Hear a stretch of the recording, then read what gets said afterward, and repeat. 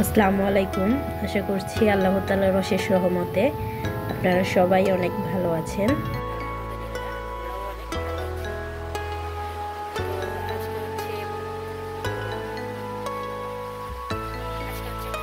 রান্না করব তো আমাদের এখানে ভেদা মাছ বলে, অন্যান্য কোথায় কি বলে সেটা তো জানি না।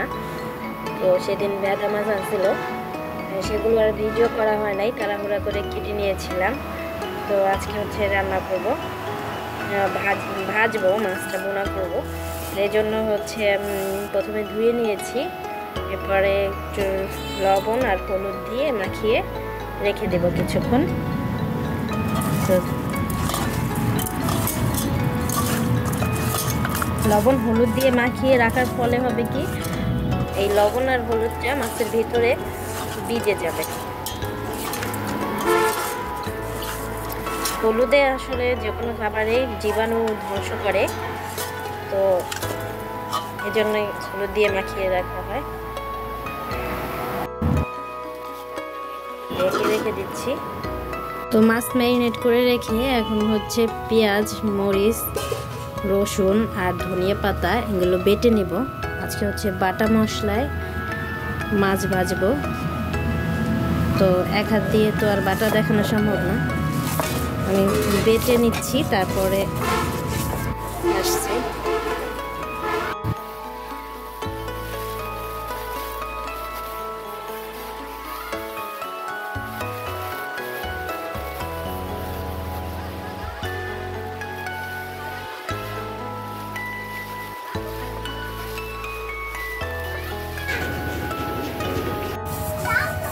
শব্দ করবেন না।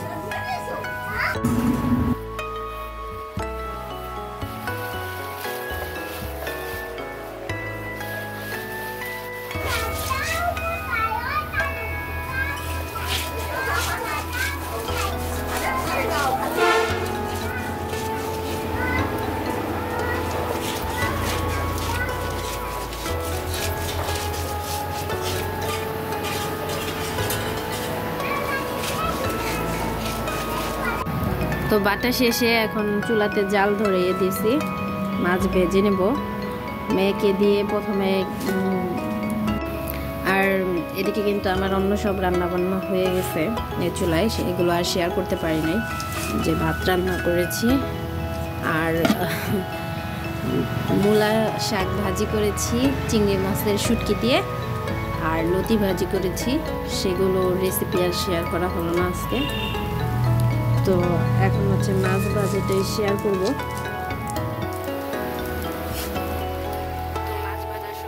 আমি সবসময় বলি, আগে কড়াইটা ভালোভাবে গরম করে নিতে হবে। কড়াই দিয়ে যখন ধোঁয়া উঠবে তখন বুঝতে হবে যে কড়াইটা ভালোভাবে গরম হয়ে গেছে। আর এরপর তেল দেওয়ার পরে, তেলে ধোঁয়া ওঠার পরে তারপরে মাছ দিতে হবে, তাহলে আর কড়াইতে যে মাছ লেগে যায় এই সমস্যাটা আর হবে না ইনশাল্লাহ।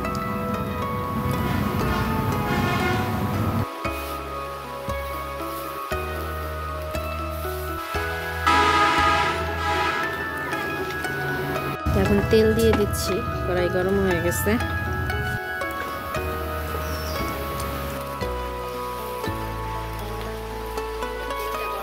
মাছ দিয়ে দেব।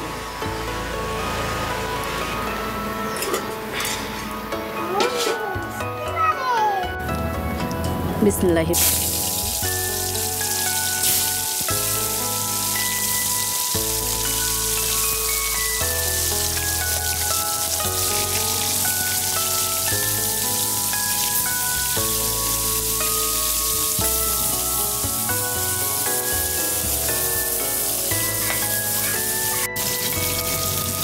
তো এই যে দেখেন, আমার মাছ ধুতে বেশি সময় লাগে নাই ভাজা।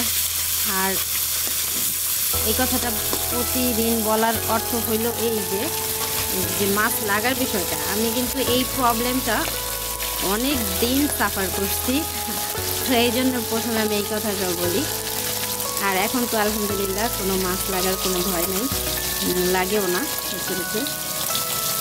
আর বাটা মশলায় যে মাছ ভুনাটা কি স্বাদ হবে, তাজা তাজা মাছ, সেটা তো বলার অপেক্ষা রাখে না ইনশাল্লাহ। এখন নামিয়ে নিব, ভাজা কমপ্লিট।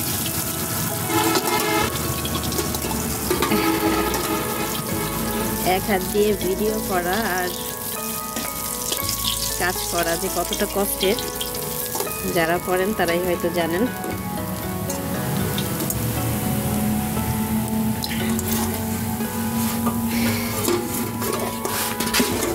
এখন আমি বাকি মাছগুলো দিয়ে দেবো চুলাতে।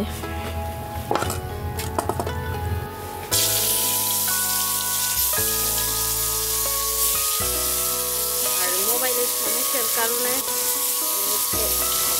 ভিডিওর সাথে সাথে ভয়েসটা দিয়ে দিচ্ছি, কারণ আলাদা করে ভয়েস দেওয়া যাচ্ছে না, মোবাইলে একটু সমস্যা হয়েছে। আমার ছোটো মেয়েটা পানি ফেলে দিচ্ছে মোবাইলে, এখন স্পিকারের সমস্যা হচ্ছে। তো মাছ ভাজা হয়ে গিয়েছে সব। এখন হচ্ছে আমি কড়াইতে পেঁয়াজ দিয়ে দেব।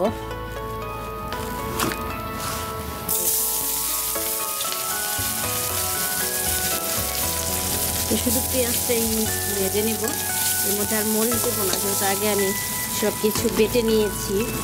মরিচ, রসুন, তারপর ধনিয়া পাতা সব কিছু যেহেতু আগে বেটে নিয়েছি, তো আর দেওয়া লাগবে না এক্সট্রা করে। তো এই বাটাগুলো আমি এখন দিয়ে দেবো।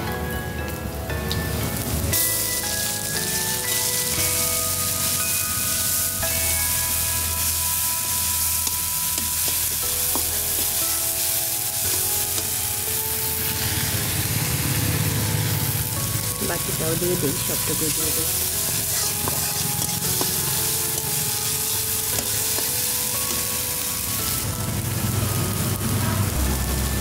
এই রান্নাতে আমি আর হলুদ ব্যবহার করব না, সামান্য একটু লবণ দেবো যদি লবণ না হয়। এখন সামান্য একটু পানি দিয়ে পরে ভালোভাবে কষাই নিচ্ছি বাটা মশলাগুলো। আর নামানোর আগে একটু জিরা গুঁড়ো দিয়ে দেবো। এভাবেই কিন্তু রান্নাটা খুব মজা হয়, স্বাদ হয়, আপনারা রেঁধে দেখতে পারেন। মশলা কষানো শেষ, এখন আমি পানি দিয়ে দিব পরিমাণ মতো। আর এই পানিটা আগে থেকেই গরম করে রাখছিলাম।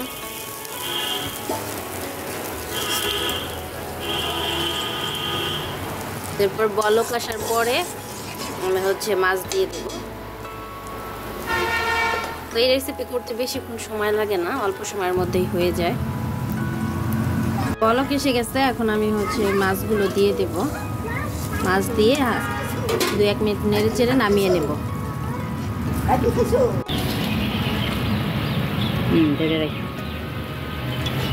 তো এই তো আমার মাছ রান্না হয়ে গিয়েছে, এখন বেড়ে নিচ্ছি। আর আমার ছোট মেয়েকে দিয়েছি ক্যামেরা ধরার জন্য, ওর বয়স মাত্র 3। ছোট মানুষ যতটুকু পারে।